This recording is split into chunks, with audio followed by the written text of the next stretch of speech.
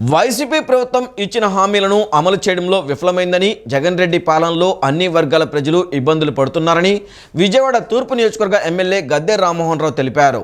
పెరిగిన ఇంటి పన్ను, విద్యుత్ ఛార్జీలు, చెత్త పన్ను, నీటి పన్ను, నిత్యావసర వస్తువుల ధరల పెరుగుదలతో ప్రజలు అవస్థలు పడుతున్నారని అన్నారు. యువతకు ఉద్యోగాలు లేవని, మహిళలకు రక్షణ లేదని తెలిపారు. టీడీపీ అధికారంలోకి రాగానే బాబు షూరిటీ భవిష్యత్కు గ్యారంటీ ద్వారా మహాశక్తి, ఇంటింటికి సురక్షిత మంచినీరు, యువతకు ఉద్యోగాలు, బీసీల రక్షణ చట్టం, ప్యూర్ టు రిచ్ కార్యక్రమాన్ని అమలు చేస్తామంటున్న గద్దె రామ్మోహన్తో మా ప్రతినిధి ముర్తుజా ఫేస్ టు ఫేస్. సార్వత్రిక ఎన్నికలకు త్వరలో నోటిఫికేషన్ వెళ్ళనుంది. ఈ నేపథ్యంలో అటు అధికార వైసీపీ కానీ ఇటు తెలుగుదేశం పార్టీ ఎమ్మెల్యేలు, సమన్వయకర్తలు ప్రజల్లో విస్తృతంగా పర్యటిస్తున్నారు. అధికారంలో తాము ఎమ్మెల్యేగా ఉండగా ఏం చేశాం, రాబోయే ఎన్నికల్లో గెలుపొందితే మళ్ళీ ఏం చేస్తాం అనేది ప్రజలకు తెలియజేస్తున్నారు. అదేవిధంగా తెలుగుదేశం పార్టీ అధినేత చంద్రబాబు నాయుడు ఇటీవల మినీ మేనిఫెస్టోని విడుదల చేశారు. అందులో బాబు షూరిటీ భవిష్యత్ గ్యారంటీ పేరిట 6 పథకాలను వివరించారు. ఆ బాబు షూరిటీ భవిష్యత్ గ్యారంటీకి సంబంధించిన కార్యక్రమాన్ని ఎమ్మెల్యే గద్దె రామ్మోహన్ గారు తూర్పు నియోజకవర్గంలో విస్తృతంగా ప్రజల్లోకి తీసుకెళ్తున్నారు. బాబు షూరిటీ కింద ఆయన ఇచ్చిన 6 గ్యారంటీలు అవి ఏ విధంగా మళ్ళీ చంద్రబాబు ముఖ్యమంత్రి అయితే ఏ విధంగా అమలు చేస్తారనేది ప్రజలకు వివరిస్తున్నారు. ప్రస్తుతం ఎమ్మెల్యే గద్దె రామ్మోహన్ గారు మనతో పాటు ఉన్నారు. ఆయన అడిగి మరిన్ని వివరాలు తెలుసుకుందాం. సార్ చెప్పండి సార్, ఇది చంద్రబాబు నాయుడు గారు మినీ మేనిఫెస్టో కింద బాబు షూరిటీ భవిష్యత్ గ్యారంటీని విడుదల చేశారు. బాబు షూరిటీ భవిష్యత్ గ్యారంటీని ప్రజల్లో ఏ విధంగా తీసుకెళ్తున్నారు, ఆ బాబు షూరిటీ కింద ఆయన ఏమేమి హామీలు ఇచ్చారు, వాటిని ఏ విధంగా అమలు చేస్తారు? ఇప్పుడు జగన్మోహన్ రెడ్డి గారు 98% నేను నా యొక్క మేనిఫెస్టోని 98% నేను పూర్తి చేయడం జరిగింది చెబుతున్నాడు. ఈ రోజున ప్రతి దాంట్లోనూ డొల్లతనం మేము తెలుగుదేశం పార్టీ చెబుతున్నాం. 15% కంటే కాలేదు, 85% ఫెయిల్యూర్ అని చెబుతున్నాం. ఇప్పుడు ప్రధానంగా మద్యపాన నిషేధం అనేది ప్రధానమైన అంశం, ప్రజల్లో కూడా భయాందోళన కలిగిస్తున్న అంశం. దాని మీద మీరేం చెప్పారు, 2024కి నేను సంపూర్ణ మద్యపాన నిషేధం చేయకుండా ఓటు అడగను అన్నారు. ఇవాళ అలాంటి పరిస్థితి లేదు కదా. నువ్వు వచ్చే 20 సంవత్సరాల వరకు దాంట్లో అమ్మితే వచ్చే డబ్బులు కూడా నువ్వు తాకట్టు పెట్టి అప్పు తీసుకున్నావు. ఇవాళ ఆ యొక్క అది 100కి 100% కాదు, 100కి 100% కాకుండా అన్ని మేనిఫెస్టోలోని అన్ని అంశాలు ఒక ఎత్తు అయితే ఇది ఒకటే ఒక ఎత్తు. అక్కడే ప్రధానమైన ఫెయిల్యూర్ కనపడుతుంది. ఇప్పుడు అమ్మ ఒడి ఉంది, మంచి కార్యక్రమం, తల్లికి ఒక స్ఫూర్తినిచ్చే కార్యక్రమం. దాంట్లో మీరేం చెప్పారు, క్లియర్గా చెప్పారు, ఎంతమంది పిల్లలు ఉంటే అంతమందికి ఇస్తామని చెప్పారు. మీరు తర్వాత ఎలక్షన్లో గెలిచిన తర్వాత మీరేం చెబుతున్నారు, ఒక్కళ్ళకి మాత్రమే ఇస్తున్నామని చెబుతున్నారు. కానీ ఆయన 43 లక్షల మంది పిల్లలకి ఇచ్చి 83 లక్షల మంది లబ్ధి పొందారని చెబుతున్నాడు. అది ఏమి లెక్క, ఆ కాకుల లెక్క. ఆయనకి దొంగ లెక్కలు రాయటం అలవాటు కాబట్టి ఏదైనా లెక్క చెబుతారు. అది 50% ఫెయిల్ అయినట్టే కదా. ఇవాళ మేము భవిష్యత్ గ్యారంటీ అని చంద్రబాబు గారు 2014-19లో 200 రూపాయలు ఉన్న పెన్షన్ని 1000 రూపాయలు పెంచుతానని చెప్పారు. గెలిచిన మరుసటి నెలలోనే పెంచారు. మళ్ళీ అడగకుండా ఇంకో 1000 కూడా పెంచారు. అంటే 200 రూపాయలు 2000 రూపాయలు పెన్షన్ చేశారు. ఇవాళ జగన్మోహన్ రెడ్డి గారు 2000 రూపాయల పెన్షన్ని 3000 పెంచుతానని చెప్పి మొట్టమొదటి నెలలో 250 మాత్రం పెంచి తర్వాత 5 ఏళ్ళు డేకి చివరికి 750 పెంచడం జరిగింది. అది ఏ విధంగా న్యాయం చేసినట్టు నేను అడుగుతాను. ఎందుకంటే ప్రతి ఒక్క పెన్షన్దారుడు 27,000 రూపాయలు నష్టపోయాడు. మొత్తం సంవత్సరానికి 27,000 రూపాయలు వాళ్ళు నష్టపోవడం జరిగింది మొత్తం వాళ్ళ 5 సంవత్సరాల కాలంలో. అలాంటివి ఆయన అబద్ధాలు చెప్పడం ఈ 3 ఉదాహరణ చాలు. కానీ చంద్రబాబు గారు ఈ రోజున 6 పథకాలు పెట్టడం జరిగింది. 6 పథకాలు కూడా ఆయన ఏ విధంగా నెరవేరుస్తాడని చెప్పి, ఆయన నెరవేర్చలేడని చెప్పడానికి ప్రయత్నం చేస్తున్నారు. ఇవాళ 200 రూపాయలని చెప్పి 2000 చేసినాడు గొప్ప వ్యక్తి. 2000 నుంచి 1000 రూపాయలు పెంచుతానని చెప్పి 5 ఏళ్ల పాటు 250 పెంచి 5 ఏళ్ల పాటు 750 పెంచడానికి 5 ఏళ్ళు సమయం తీసుకున్నవాడు గొప్పవాడని ఒకసారి ఆలోచించుకోవాల్సిన అవసరం ఉంది. ఇవాళ అమ్మ ఒడి, అమ్మ వందనం అనే కార్యక్రమంతో ఆయన ఎంతమంది పిల్లలు ఉంటే అంత 15,000, ఇద్దరుంటే 2 15,000 30,000, ముగ్గురుంటే 3 15,000 45,000, నలుగురుంటే 60,000 ఇచ్చే విధంగా ఆయన గ్యారెంటీ ఇస్తున్నాడు, రాసి ఇస్తున్నాడు కార్డు మీద. ఇప్పుడు అదేవిధంగా ఆయన అంతకుముందు జగన్మోహన్ రెడ్డి 15,000 2,000 కట్ చేశాడు. 1,000 ఒక సంవత్సరం కాదు, ఇంకో 1,000 తర్వాత నాకు తెలిసి ఆఖరి దాంట్లో 2,000, 3,000, 5,000 ఇచ్చాడు తప్ప 13,000 ఇచ్చిన దాఖలాలు చాలామంది చెబుతూ ఉన్నారు. అది ఒకసారి మీరు వెరిఫై చేసుకోవాలి. సో ఇక తర్వాత మహిళకి 45 సంవత్సరాలకి ఇచ్చే ప్రతి నెల 2,000 ఇస్తానని చెప్పాడు ఆయన. అది చేయలేదు. ఎవరికో కొందరికి సంవత్సరానికి 18,000 ఎంతో ఇచ్చి నేను దాన్ని కూడా 100% చేస్తానని చెప్పారు. 45 సంవత్సరాలు దాటిన ప్రతి ఒక్క పేద మహిళకి ఇస్తానన్న మనిషి కొందరికి మాత్రం ఇచ్చి మిగతా వాళ్ళందరూ కూడా ఏదో వంక పెట్టి ఎగ్గొట్టి అని చెబుతుంది. ఈరోజు అలాగా చంద్రబాబు గారు రేషన్ కార్డు ఉన్న ప్రతి ఒక్కళ్ళకి దాంట్లో తల్లి, కూతురు, లేకపోతే అత్త, కోడలు ఎవరున్నా సరే ఇటు 18,000 దాటి ఉండాలి, అటు 60 సంవత్సరాల లోపు ఉండాలి. ఈ మధ్యకాలంలో ఉన్న మహిళలందరూ కూడా సంవత్సరానికి 18,000 రూపాయలు ఇచ్చే స్కీమ్. దాంట్లో తల్లికి 50 ఏళ్ళు ఉండొచ్చు, ఆవిడ పుట్టిన బిడ్డకి 18 ఏళ్ళు దాటి ఉండొచ్చు. వాళ్ళిద్దరికి కలిపి 36,000 రూపాయలు వచ్చే స్కీమ్. అది 18 ఏళ్ళకి. ఈ 45 ఏళ్ళ తర్వాత ఇస్తానని చెప్పి ఎందరినో మోసం చేసిన వ్యక్తి 18. ఎందుకంటే ప్రతి ఒక్క మహిళ కూడా తన కాళ్ళ మీద తను నిలబడే స్థితికి రావాలి, వాళ్ళు ఆత్మస్థైర్యం కలగాలి. ఇవాళ మహిళల్ని ప్రోత్సహిస్తే ఆర్థిక పరిస్థితులన్నీ కూడా డెవలప్ అవుతాయి అనడానికి నారా చంద్రబాబు నాయుడు గారు 1995లో ముఖ్యమంత్రి అయినప్పుడు ఆయన పెట్టిన డాక్రా గ్రూపులే ఇవాళ మేము ఛాలెంజ్గా చెబుతా ఉన్నాం. ఆయన పెట్టిన డాక్రా గ్రూపుల ద్వారా ఆంధ్ర రాష్ట్రంలో ఎన్ని డాక్రా గ్రూపులు ఉన్నాయో భారతదేశం మొత్తం కూడా అన్ని డాక్రా గ్రూపులు లేవు. ఆ రోజున మేము చూసి, ఆ రోజు నేను పార్లమెంట్ సభ్యుడిగా ఉన్నాను, ఎమ్మెల్యేగా ఉన్నాను. ఆయన ఈ డాక్రా గ్రూపుల గురించి చెప్పేటప్పుడు ఆ రోజు ఊరూరా తిరిగి మహిళ చైతన్యపరచడానికి ఆయన శక్తిని అంతా కూడా దారిపోసాడు.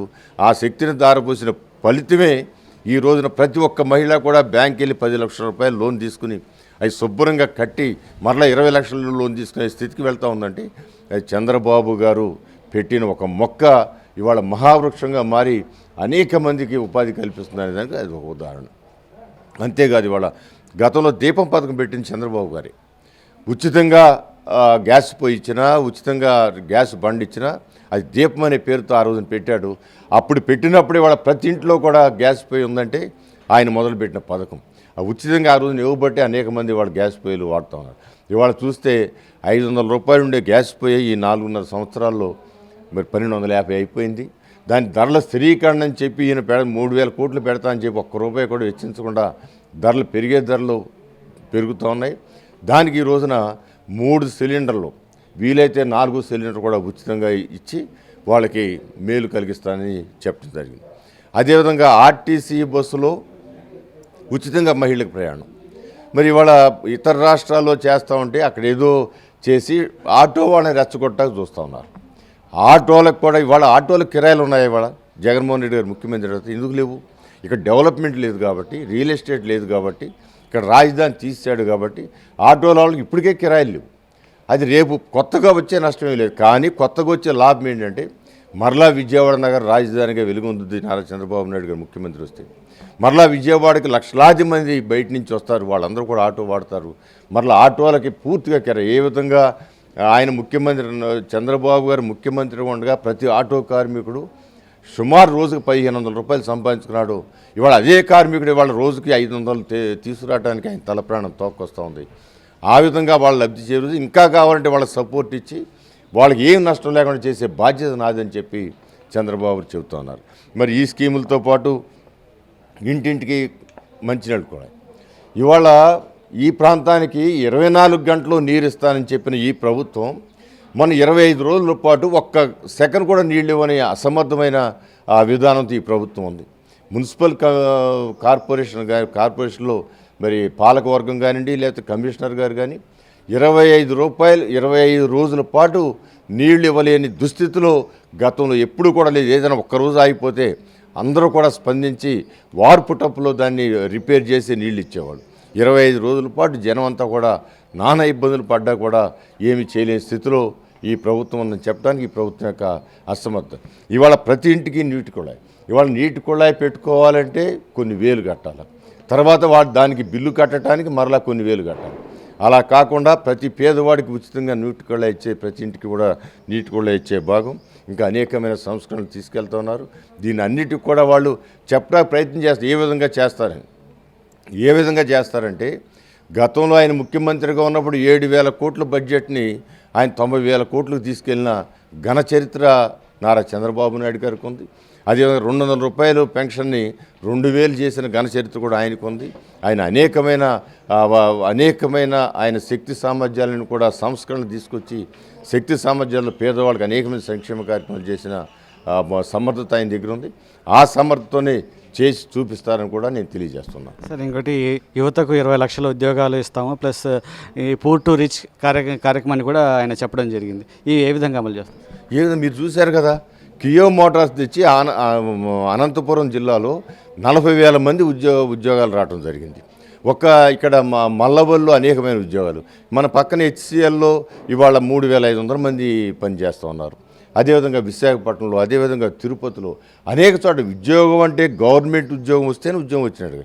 ఇవాళ గవర్నమెంట్ జీతాల కంటే అత్యధిక జీతాలు సాఫ్ట్వేర్ వాళ్ళు ఇవ్వడం జరుగుతుంది.